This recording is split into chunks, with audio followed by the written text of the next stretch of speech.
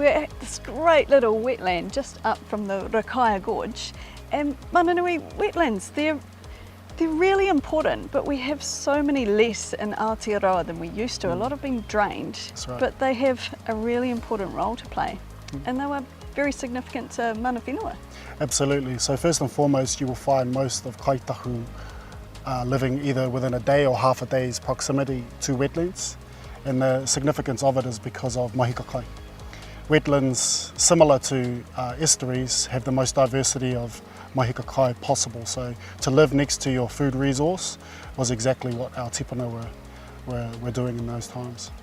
So very important to look after them, and they have a role to play in terms of the ecosystem, and we're learning that they can actually help with the impacts of climate change. That's right, so globally we have 10% left. In Aotearoa today we have 10% left. Right. And so the opportunity we have is to protect what exists and essentially claw back on what has been modified. So some of the beautiful functions that wetlands provide is they are essentially sponges for high flow moments of waterways. Here we are next to a braided river. These wetlands act as sponges for when we do have high flows, as opposed to channeling it straight from A to B. So yeah, they go really good. Yeah. So in terms of that role, we want to make sure that our wetlands are as healthy as possible. So for people that have a wetland in their community, what can they do to make sure that it's resilient, strong, healthy? First thing is perhaps maybe looking at stock exclusion or some sense of fencing.